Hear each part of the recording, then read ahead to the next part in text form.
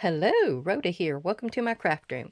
Today we're going to have another flip through. It's a kind of a simple journal of Edgar Allan Poe with all my leftovers that I had. And we're going to do the sneaky peek right now. We're also going to do a kind of a slideshow of the cemetery that Edgar Allan Poe is buried in. I went to there, and it was in Baltimore, Maryland, and I really enjoyed it. It's a very, very different cemetery. You'll really like to see all the different things. We'll do that after our flip through. Okay, here was the stencil that I had with all the numbers. Of course, went with a phone book. Back here was the page with Lily Tomlin, and everybody really enjoyed hearing about her and hearing me snort like she did. We have a page here from the directory from Ancestry. I do Ancestry.com to do my research. And they have ancestries in there. I mean, directories, sorry.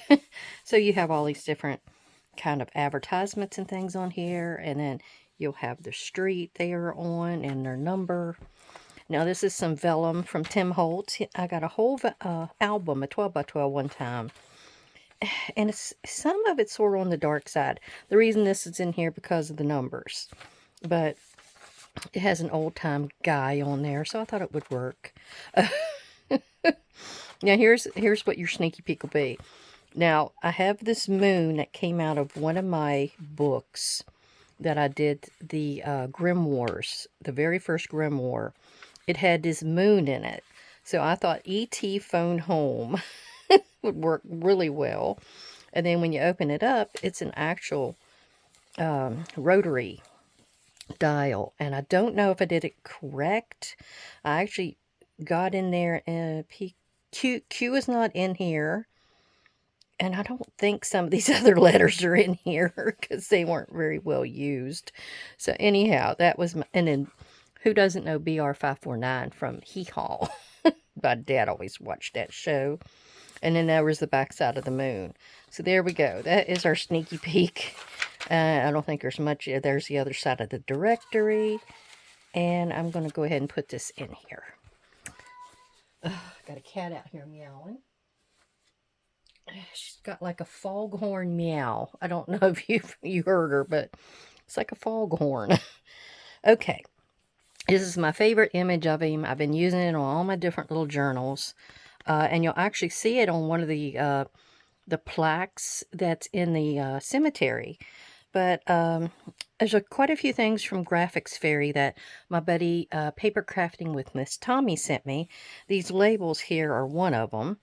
And I printed out his name. Now this little guy here, this is a Laces and Roses Stamperia pad paper, so it's got a little bit of lace on the edge, and I like this style of closure. It's just a brad. I believe I showed you in a previous video how it works. You actually can spin it around, get it out of the way so it's not there anymore, but all you do is you'll push the brad through, and then cover it in the legs in some kind of way. So it creates, this is a 12 by 12, so it creates a pocket on the front and the back. So you've got that.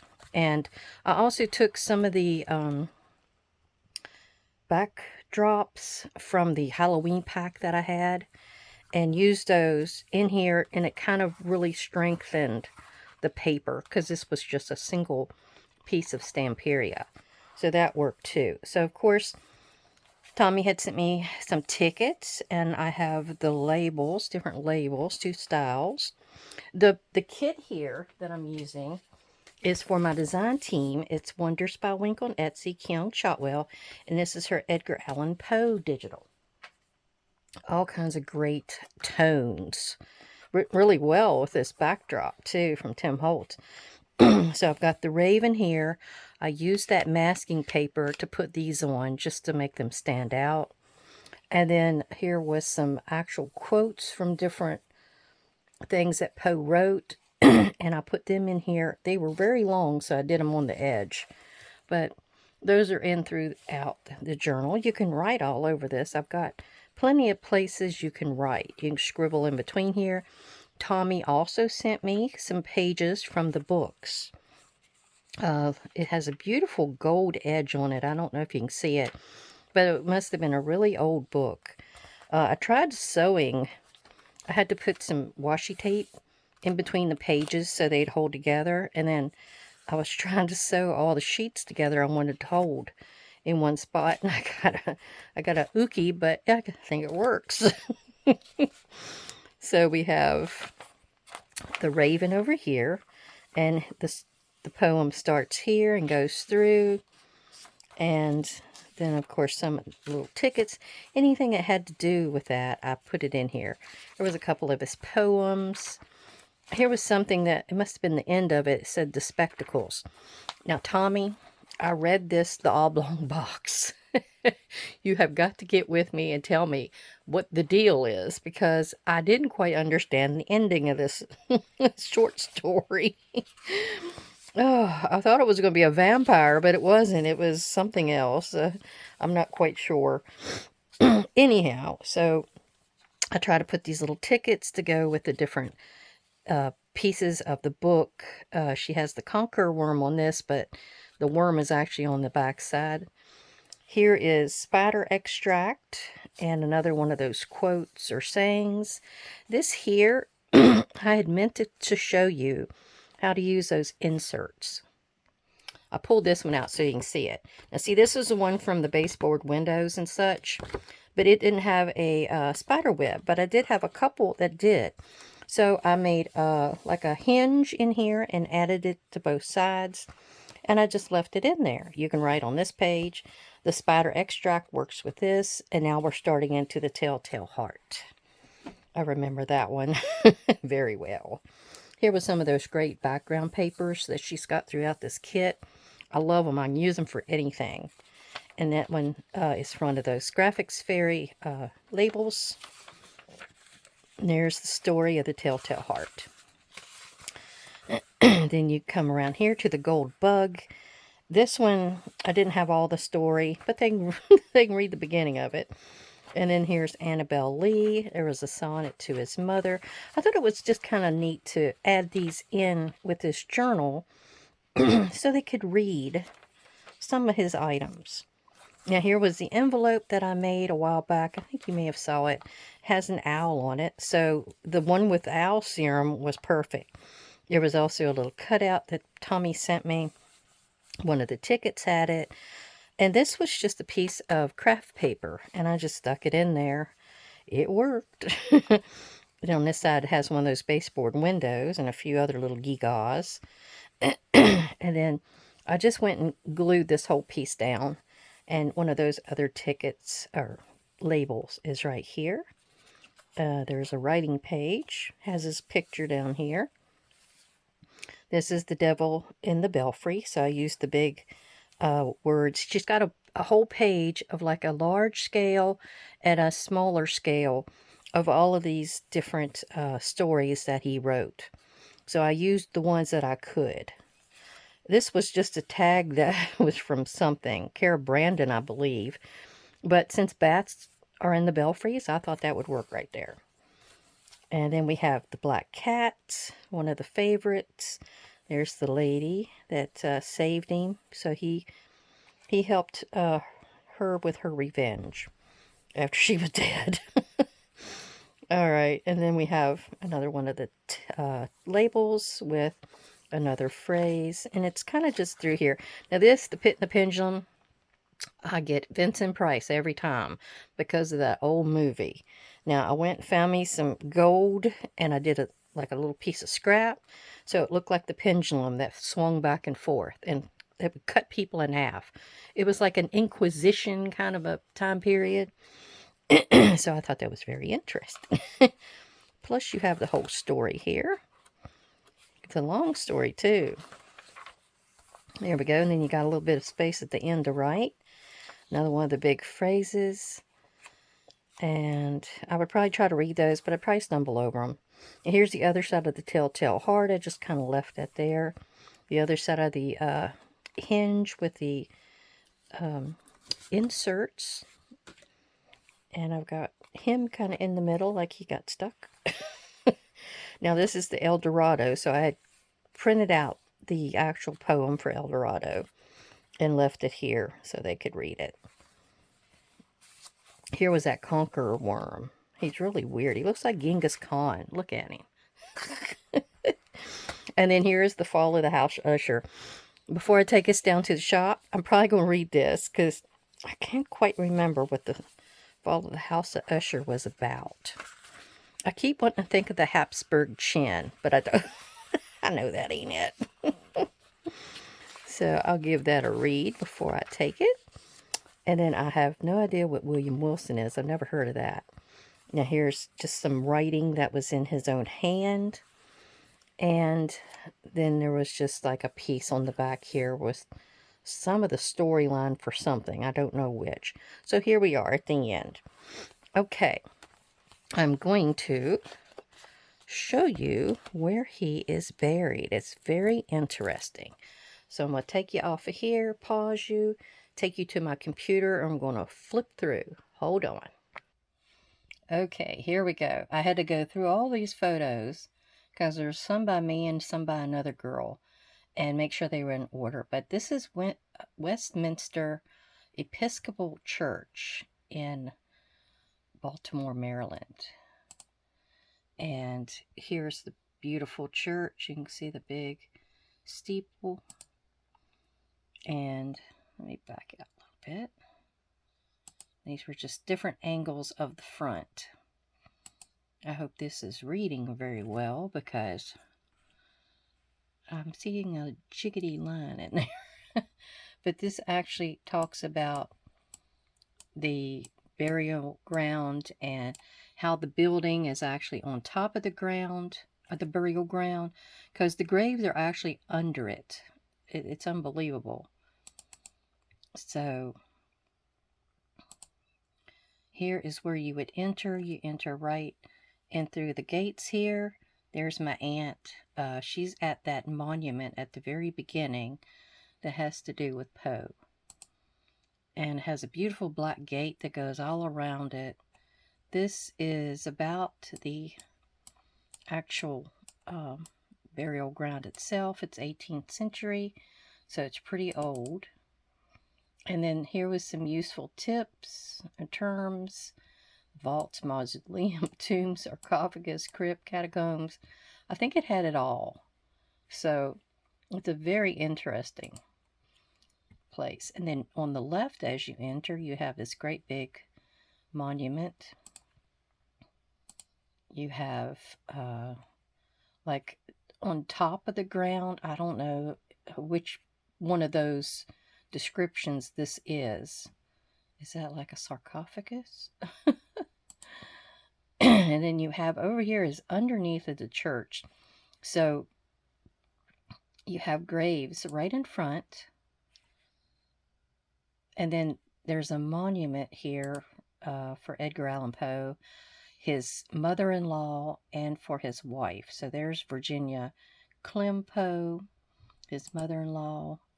The one with the bust or whatever you want to call it, that is his. And somebody is always leaving roses. I don't know if it's every day. The anniversary, I think it's every day because, I mean, we weren't there on his birthday. You also have, I missed one. You also have Maria Poe Clem. That's the mother-in-law. So Virginia was his wife, right? I'll get it right one of these times. So it has 4 different sides. And then it has a little bit of saying about the burial ground. It had a map here. I can't quite make it out though, so I can't really read it for you. Yeah, I even enlarged it. Now here was the ones that are near that underground part. See, there's actually graves under there. There's all over the place in this. I guess they built the church afterward. Maybe I should have read it. There's me taking some pictures. There's a whole bunch of graves on top of the ground. Then we have these. What are these? I'm not sure what you call these. Okay, I looked back. These are mausoleums. These pieces that are above the ground, where the actual casket is sitting on the ground, those are mausoleums. And then You have different things that are about the different families that are here. There's the McDonoughs. John McDonough, he was a brick maker. And there are quite a few people actually buried here. Here's a row of those where you came in the front. There's that monument to Poe. And then you're starting to walk down this little brick pathway. And as you can see, there's some dome-shaped mausoleums in here. They may be considered a crypt, I'm not sure, but there's a whole lot. There's the Gilmores, and each one has like a write-up on them. It's very interesting. Here's a few hugging up next to the church. There's one of those dome-shaped ones where you would walk past it. All of them mostly have names on there. Here's my aunt. You would walk through and we were going to take a left, but I have a few photos of these other graves that follow around the wall. This one is about a truly affectionate wife, Fanny H. Peachy. I guess I took a picture of her grave. Some of them are hard to read because they were so old. I'm trying to find a thing to snap forward. There we go. You can see all of those along the top of the ground there. All along the back. There were a lot of graves in there. Most of them have footstones, so it may look like there's two graves, but it's actually just the one. Then you have those really large pieces that are on top of the graves. This one is about, what is his name? Bernard von Kapp. Then we have, I'm trying to find my button. There is Robinson. I love those old metal doors. This person is a James McHenry. He is a founding father, Irish-born founding father. I'm trying to see if he did the American Revolution. Wow. He had all kinds of stuff he was into. Let me find my button. Then there's more big graves. You got the big skyscraper buildings behind, and then you got this old cemetery. Now here's the real interesting one. See this metal, or not metal, marble? This is a marble slate. It's on these feet, these legs, and that's the way about a handful of these graves in here were. This one's actually in the World Book of Records. Because me in my little purple jacket. But it's uncanny. Oh, believe it or not. So a raised slab marks a number of the grave sites. They didn't garner much attention, but this one was a gravity-defying piece of marble that continues to fascinate. They said that marble is not supposed to bend like that.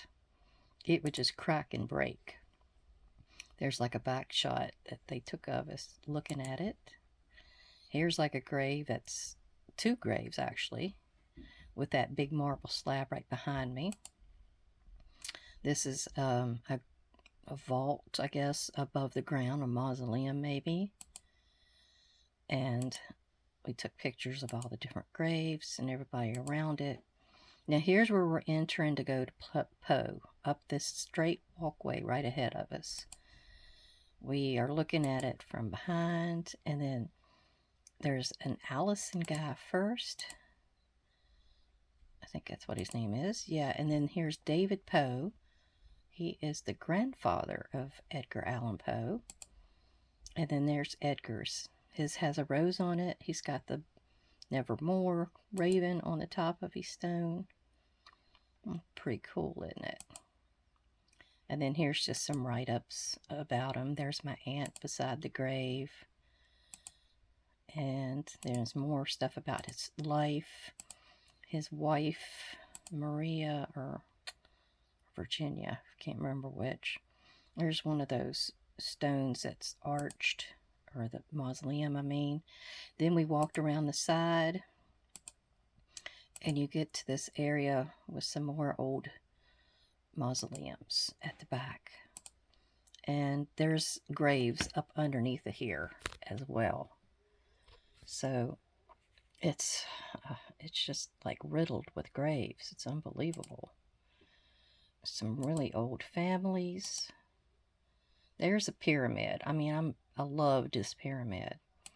And you had to walk up behind it. And there was actually people in there, and then you could walk between as well. And this is who is in this pyramid. Something about a financial scandal. So it's kind of interesting to sit here and read all this. Now, this thing on the left, I think, is fascinating. It's almost like it's, yeah, like mummies or something. It's weird. And then you were walking in behind the pyramid, back through another area, and you get back to this section. Now, see, these graves just continue and go on forward. This one is about a mother who lost a bunch of her children. It's a mother's grief. And then we have where they just continue to the very front. There's actually another one of those mausoleums under here. The name is on this side. I think it's Gilmore. Then you get to the front of the cemetery, the church, and there's even more. Like you're walking in front of the steeple area. And then you've got this one grave. It's got like an animal, a dog on there. The sleep of young innocents. Very, very fascinating place. And I think that's the last one. Well, I hope you enjoyed that. That cemetery is one you definitely want to see if you're ever in that area of Baltimore. It's just downtown Baltimore. Well, I hope everybody enjoyed it. Thank you for coming to visit, all my subscribers and viewers. Everybody have a great day. Bye.